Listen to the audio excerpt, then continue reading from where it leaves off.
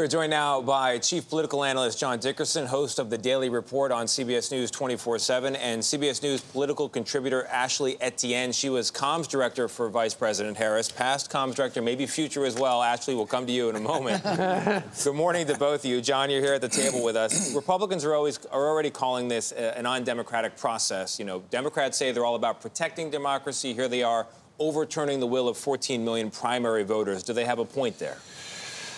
They have a point, well, sort of. Okay, parties get to pick how they want to pick people. So if the Democratic Party decides this is how they want to pick their nominee, they get to choose. As a political matter, do the Republicans want to have a big discussion about thwarting the will of the people? Because when you have as many clips as exist of top Republicans after January 6th saying that Donald Trump was the inspiration for trying to disenfranchise 81 million people, I don't think that's turf on which Republicans want to spend a lot of time.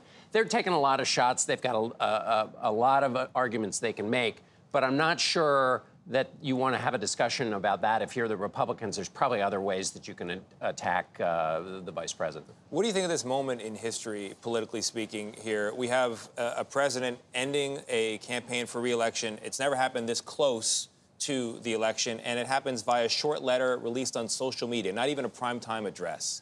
So social media from somebody who's pledged to work for the opponent, by the way. Elon Musk's ex is, he's obviously supporting Donald Trump.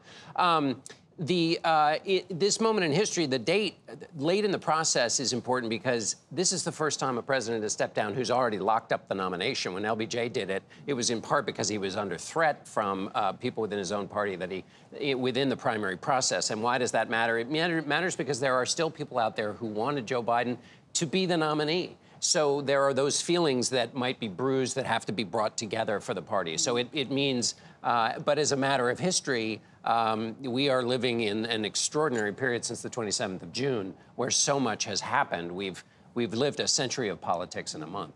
Ashley, let me go to you and ask you what Democrats are telling you about Kamala Harris right now, the viability of a Kamala Harris presidency candidacy. What are you hearing behind the scenes?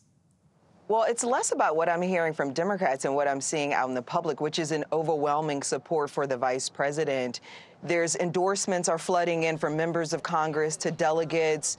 Even Nikki Haley voter PAC has now endorsed the vice president, which is phenomenal. But also the grassroots organizations have raised more than $50 million in just a matter of hours. So to me, that suggests that everybody is ready for Kamala Harris. Now, behind the scenes, what is her team doing? And I appreciate that Tony wants me to go back to the White House, but here's what I'm hearing from my former colleagues at the White House, which is that the vice president is making these calls to consolidate her support. More than 200 calls last night. She's going to be on the phone again this morning. They're planning and writing out the case for Kamala Harris. It was exciting to get into my inbox, Harris for President talking points. They're also planning the launch, her sort of official formal launch while managing her day job as vice president. So I've always heard internally within the party that people weren't torn about her. They just were trying to give the president some space to make his own decision.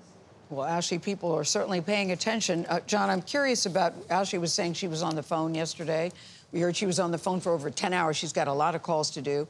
Seems like she has a very full plate to do, a big to-do list. What has she got to do now? Yes, she's going to be on the phone a lot. Let's everybody get her name right. Right. We all know her name. It's Kamala Harris. There are so many. So the first thing that the vice president has to do is integrate herself into a campaign structure. And that's different when you change players in the middle of a game. It's just tricky to get yourself into the new system. Who do you trust? Who do you give decision-making power to? Then she's got to lock down the nomination and do it in a way that doesn't bruise those feelings. It brings in people who might have not liked the way this happened, going back to Tony's earlier point about a rushed process. Then she's got to worry about being defined. And, you know, of the target-rich environment for Republicans, one of the arguments is going to be, wait a minute, you knew that Joe Biden wasn't ready for president, and you didn't do it about it. And then the final thing is, right, she's got to pick a vice president, and that's a big decision.